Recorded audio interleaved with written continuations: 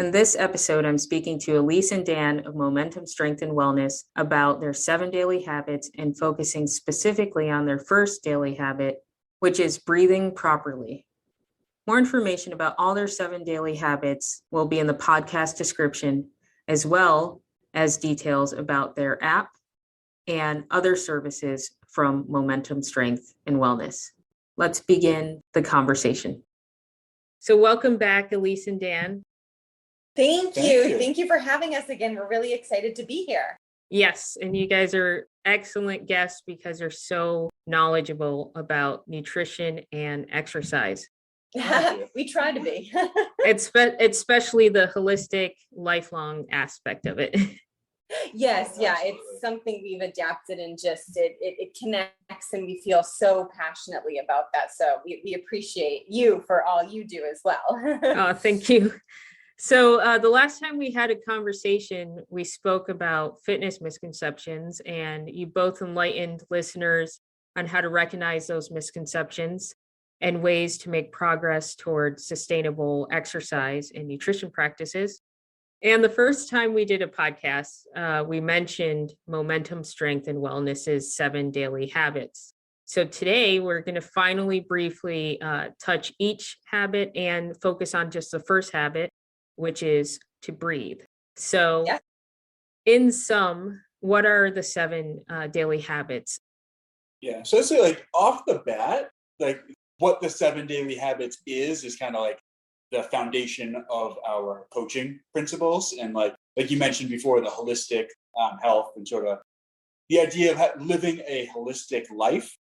And I think that we developed these 7 daily habits because they are so integral in our development and growth throughout our health and wellness journey, that it's something that we coach people on, because a lot of them people are probably doing, but they're either doing them incorrectly or doing them unconsciously. So we want to bring light to all of the aspects of the 7, daily habits, because they're integral in anybody's life. So yeah, so for the most part, these are things that people are either doing every day or should be doing every day. And, the idea with our coaching is to optimize these.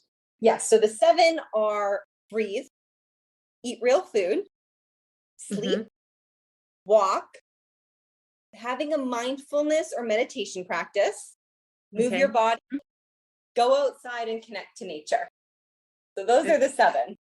Yeah, and those are all awesome habits. I love going outside and trying to meditate and all the rest. Right? They're all good habits. They're habits. And that's exactly it.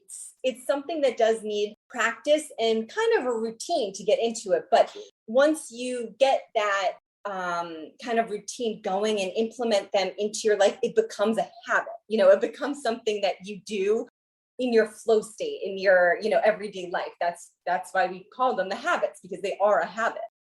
Your life is going to be the accumulation of the things you do every day.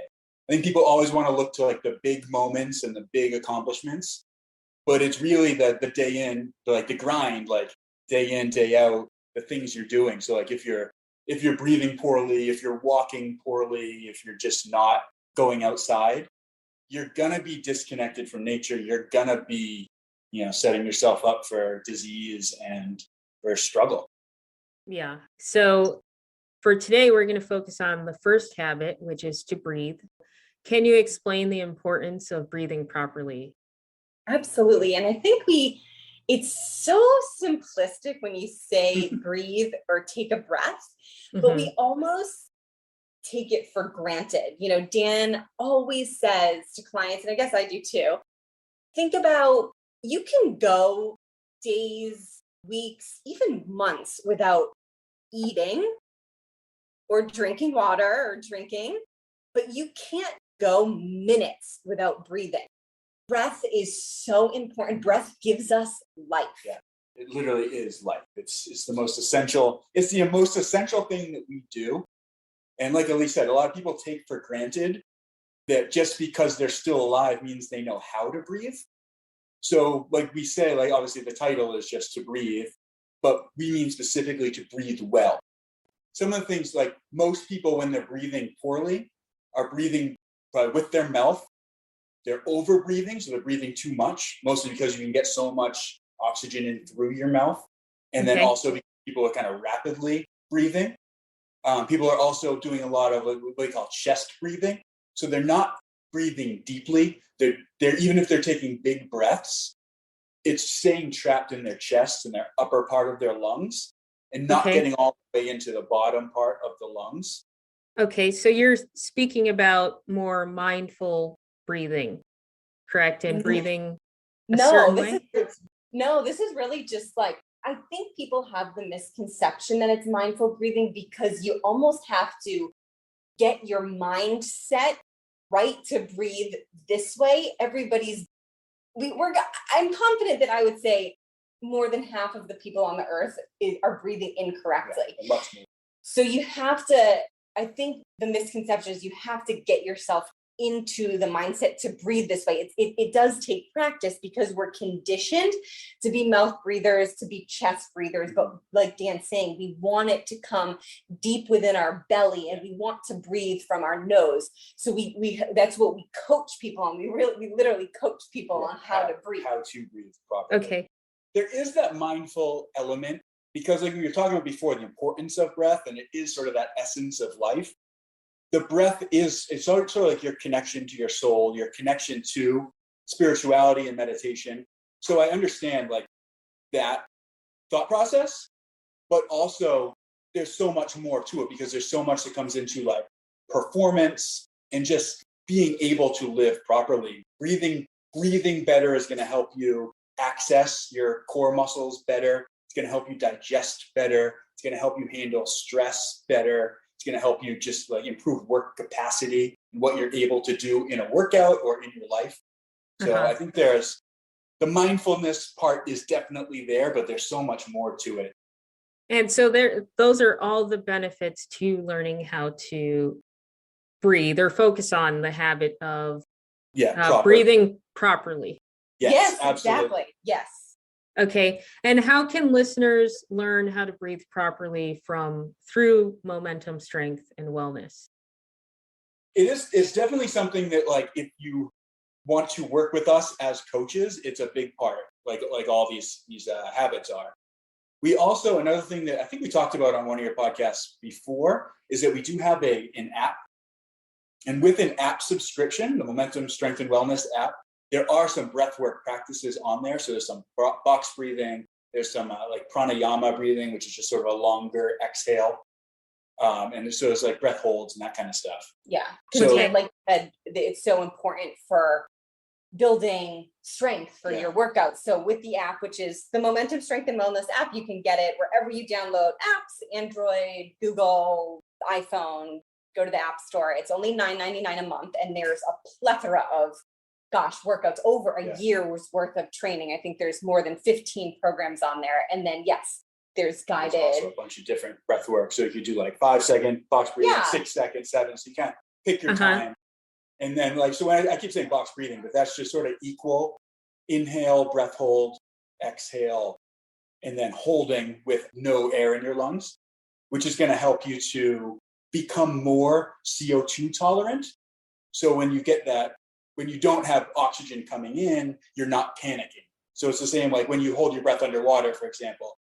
And once you start sort of like, you feel like you're running out of air and you get that panic, that's just because that's your body reacting to the CO2. It's not necessarily a lack of oxygen, because at that point, your cells are still oxygenated at like 98%. So you can probably go much longer, but if you're not CO2 tolerant, you're going to panic. So they practice to learn how to not panic. And that has so much carryover into life and into exercise. Okay. I will say one thing.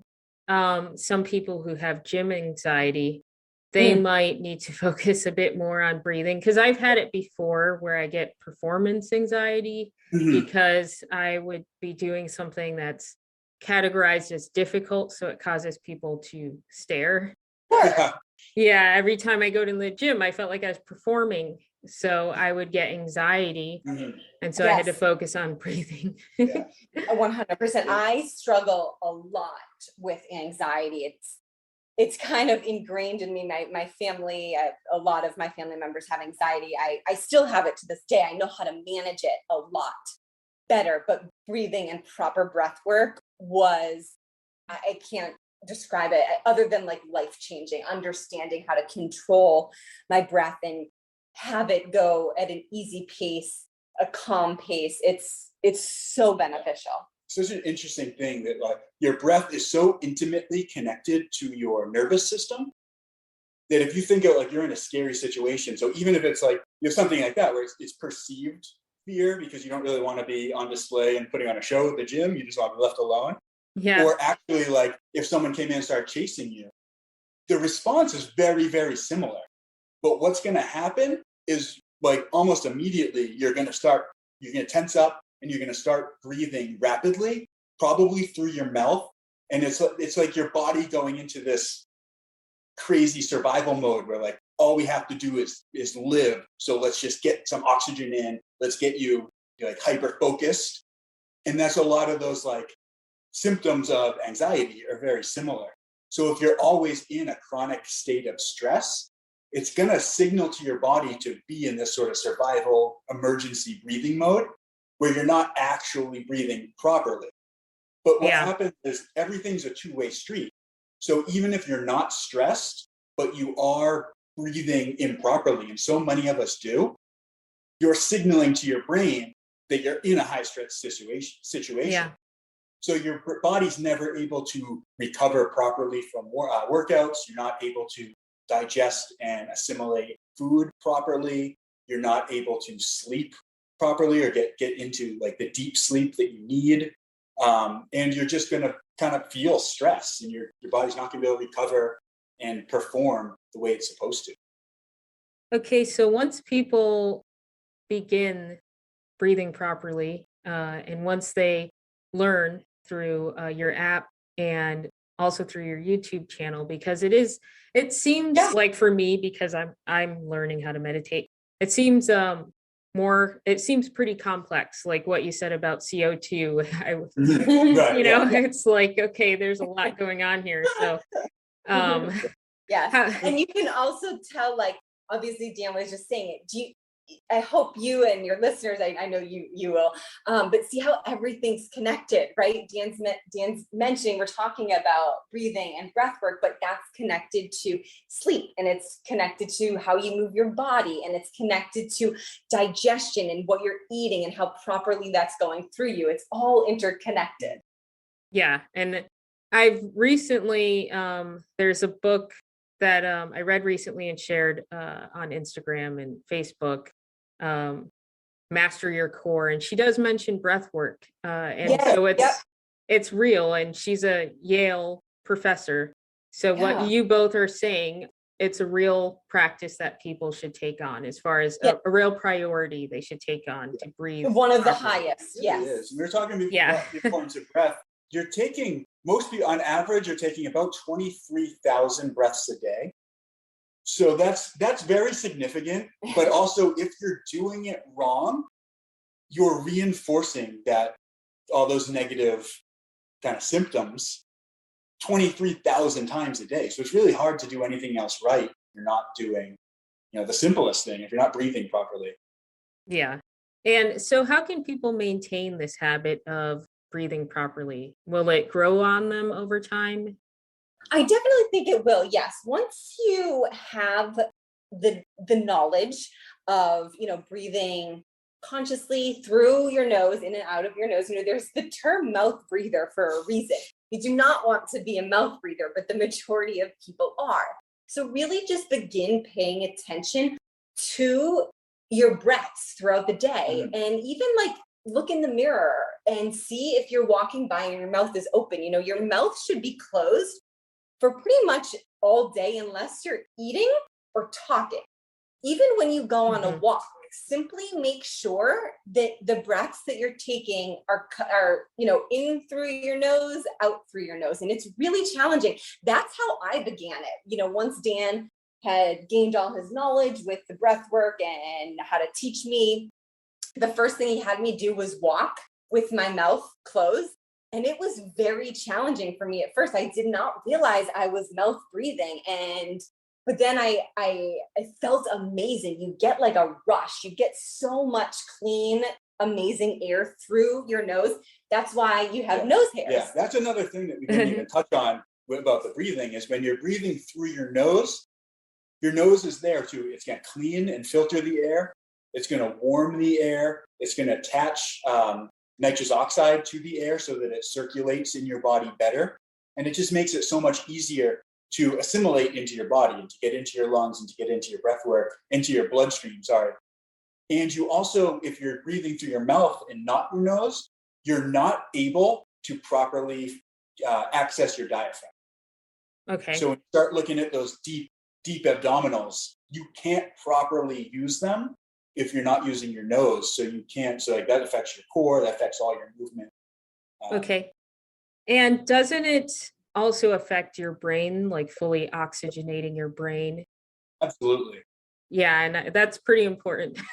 Yes, it is. Definitely. Yeah.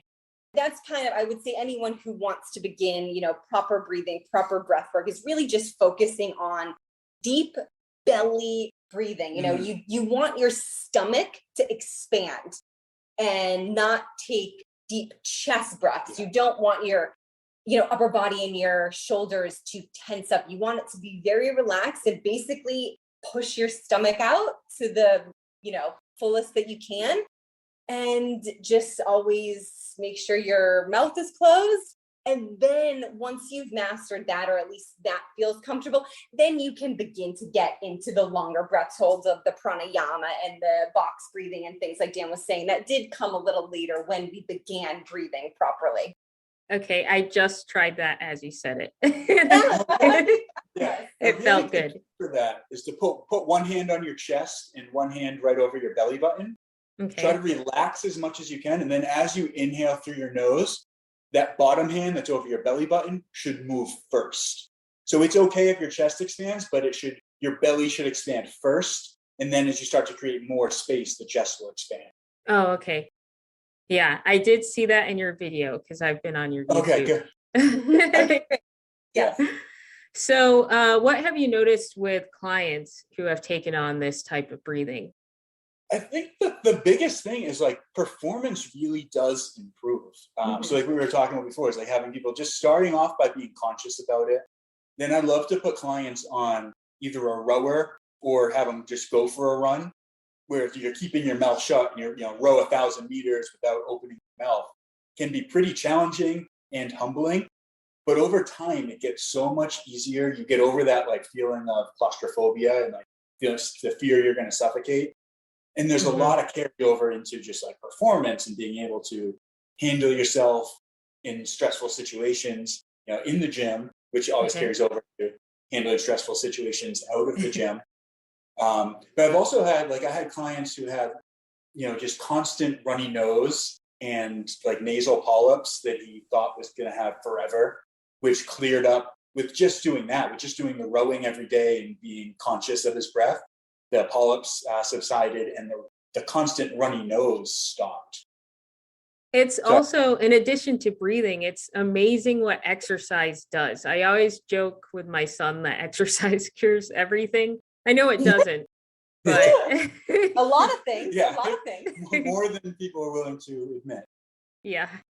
So, I mean, that's amazing that he was able to clear up those nose polyps and having his runny nose.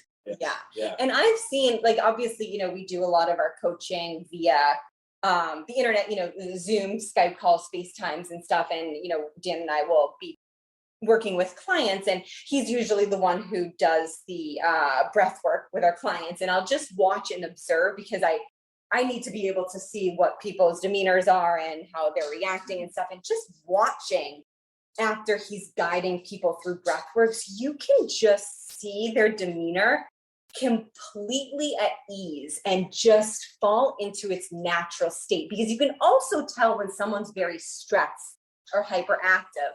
And so once they begin that calm breath work, you can just tell instantly, and they stop and are like, oh my gosh, I feel amazing. Like you just feel like you got like a shot of energy. Like breath is energy. Well, thank you for explaining breathing, the first of your 7 daily habits. I hope you both can join me again to continue down the list of your 7 daily habits. Yes, we'd love to, because like we were saying, everything's interconnected, and then we kind of touch on each one. And then, like we always say, everything is everything, and they're all intertwined. Over the years, I've kind of learned that. And that's why even the things I'm reluctant about, like meditation, I'm kind of starting to take on. It takes time. I would say that was our most challenging one too. The meditation does take time. That's okay. So before we end the episode, is Momentum Strength and Wellness offering any new exercise or nutrition programs, or any programs that you'd just like to share with audience members? Yeah, absolutely. So for myself, obviously, where I am the certified nutrition coach and nutritionist, I offer a 30-minute, it's basically a consultation is what it is. It's called Food Freedom. And what I do is just help anyone who's interested in learning about their diet and nutrition and how to better it. So what I'll do is I'll jump on, a 30-minute Zoom call with someone, and we'll go over their dietary habits and what I can do to help them improve the quality of foods that they're buying, educate them on, why it's important to eat organic and sustainable meats and things like that. And it's really just a consultation. I'll go in and look at, what's in your refrigerator. If there's any packaged foods that you have questions on, I help you decipher labels and ingredients, which is really important. So it's a 30-minute consultation. We have a bunch of information right on the Momentum Strength and Wellness website, but it's only $87. That is a really good deal for all that information. Because you walk away with a plethora of information. And stuff you can implement right away. And I do it very gradually. It's nothing, because what we've also figured out in the time that we've, been on this health journey and coaching people, you don't want to implement things that are going to be detrimental or things that are going to change too quickly, because that's when people can't sustain it and keep it going. So we do everything in a very gradual sense. Okay. Everything we do is based on being able to do this for the rest and of longevity, your life. And that's the smart way to do it. One and done. You don't have to keep relearning and trying different random things. Exactly. Yeah, absolutely. And then we have a bunch of free items available too. We mentioned this before, this has been a while that it's been out, but Build Momentum in 25 minutes or less. So anyone who wants to begin and doesn't think they have time, it's 5 days of workouts, in addition to 15 meal recipes under 25 minutes. That's free. That's on our website. And then I just did also a free guide for smoothie recipes, 10 smoothie recipes for, fruits and vegetables, all different kinds of healthy fats, no added sugars or preservatives, and they take less than 10 minutes to make. Awesome. I'll be sure to share a link to your website in the podcast description for all that. Yes, awesome. Thank you so much. And Dan, so are you offering any exercise programs or any new ones?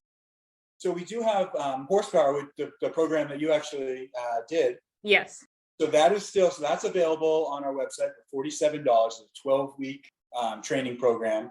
And then we mentioned the app before. There's also a lot of training programs on the app. Yeah, there's over 15 programs on the app. So that's $9.99 a month. And then as always, we offer the Momentum Method coaching, where you get to work with both myself and Elise. So we'll work on the nutrition, the lifestyle interventions, I guess we'll call it, as well as workouts. So that's like a full on, if you're ready to really take that step and change your life, the Momentum Method coaching is always available. Awesome. And with both the nutrition and exercise aspect, people are getting a complete program specifically designed for them. Exactly. Correctly?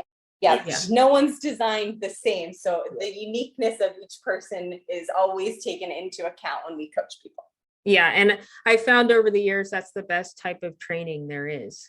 Yes, for sure. Yeah.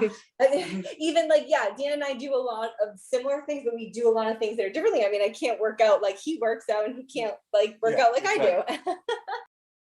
Well, thank you again for joining me on this episode. We're going to have all the links posted within the podcast description. And Elise and Dan, I hope you can join me again to continue down the list of your 7 daily habits. Thank you so much, Sylvia. You are a rock star and awesome, and we love what you do too. And we are happy to come back anytime you'd like us to. So thank you. Oh, you're welcome. Thank you.